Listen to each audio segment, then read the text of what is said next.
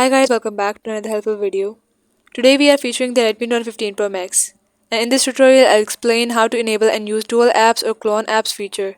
If you find this video helpful, don't forget to like it, subscribe to the channel and press the bell icon to stay updated with our latest videos. Now let's get started.